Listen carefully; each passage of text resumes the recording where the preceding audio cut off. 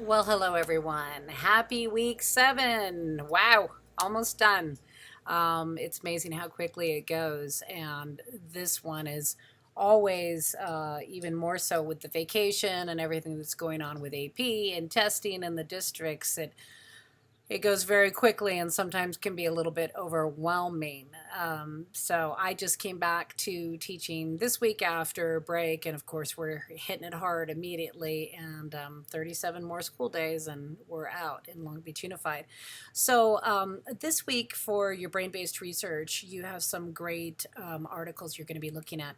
And one of my favorite ones is the 10 ways to boost brain power for young students, because we often think about boosting brain power by like working very hard on academic skills, but a lot of it has to do with how we behave with children, or things that we do to make the environment feel more soothing or safer.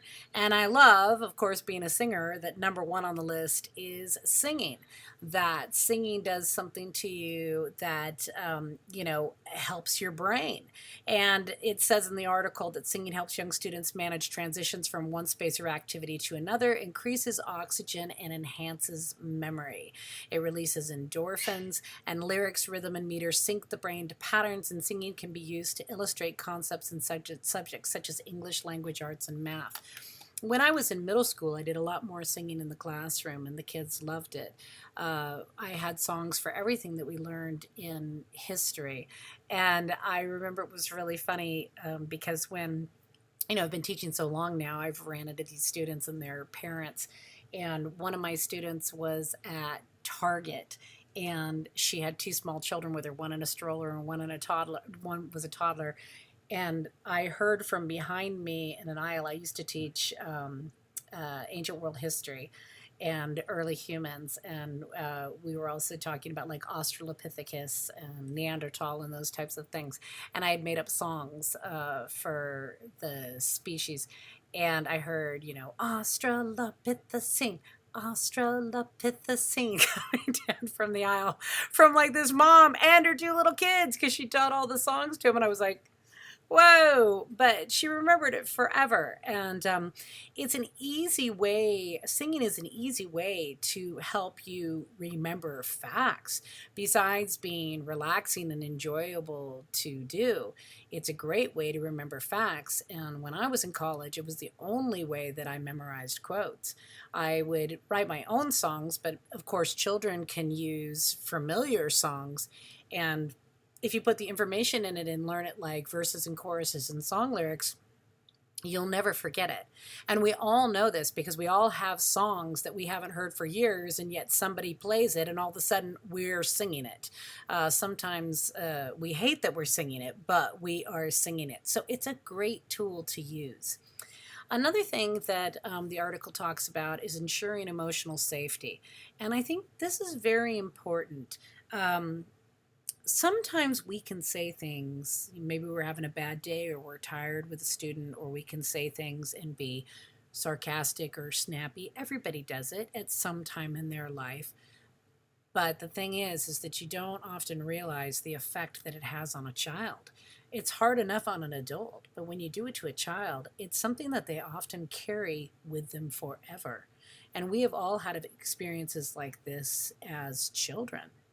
And I can remember, my father saying some very hurtful things to me sometimes, when he wanted to put me in my place when I was little, that definitely made me a little bit uncomfortable to willingly share or ask questions in the future, for fear of what the response was going to be in return.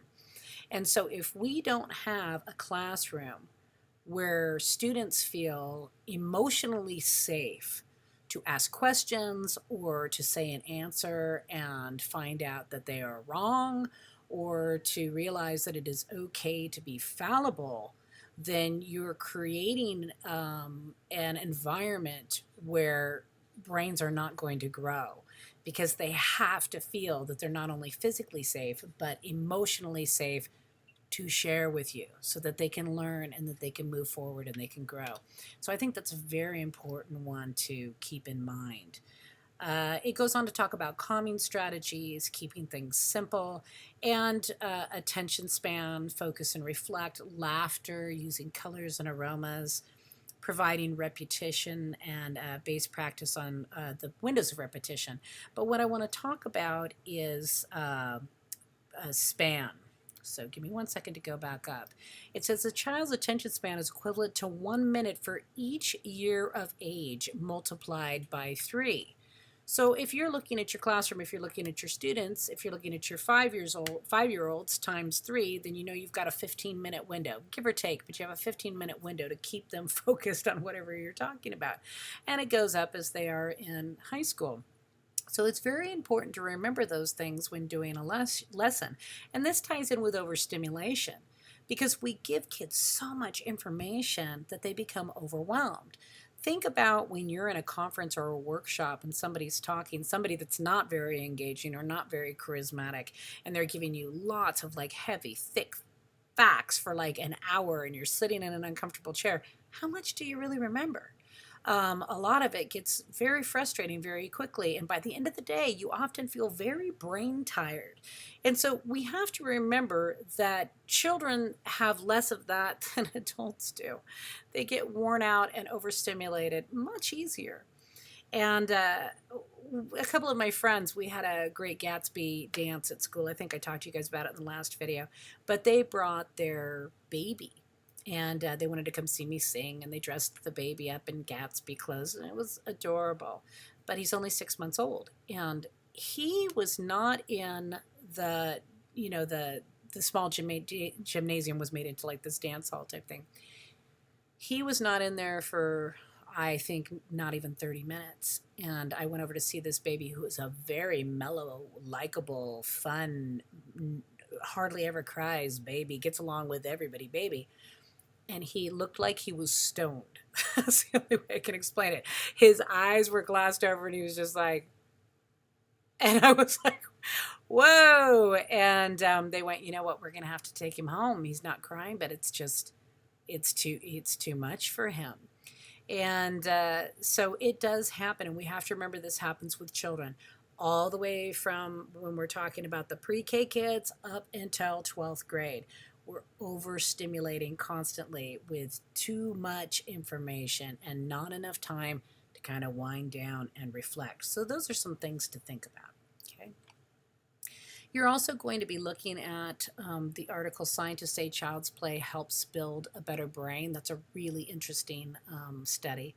Habits of the Mind, and my favorite, Einstein on Creative Thinking. And this is really interesting about Einstein saying this as one of the greatest physicists of all time and a fine amateur pianist and violinist. He ought to have known. So what did Einstein mean, and what does it tell us about the nature of creative thinking and how we should stimulate it? And, scientific discoveries are not that different from creating a song or coming up with a story idea.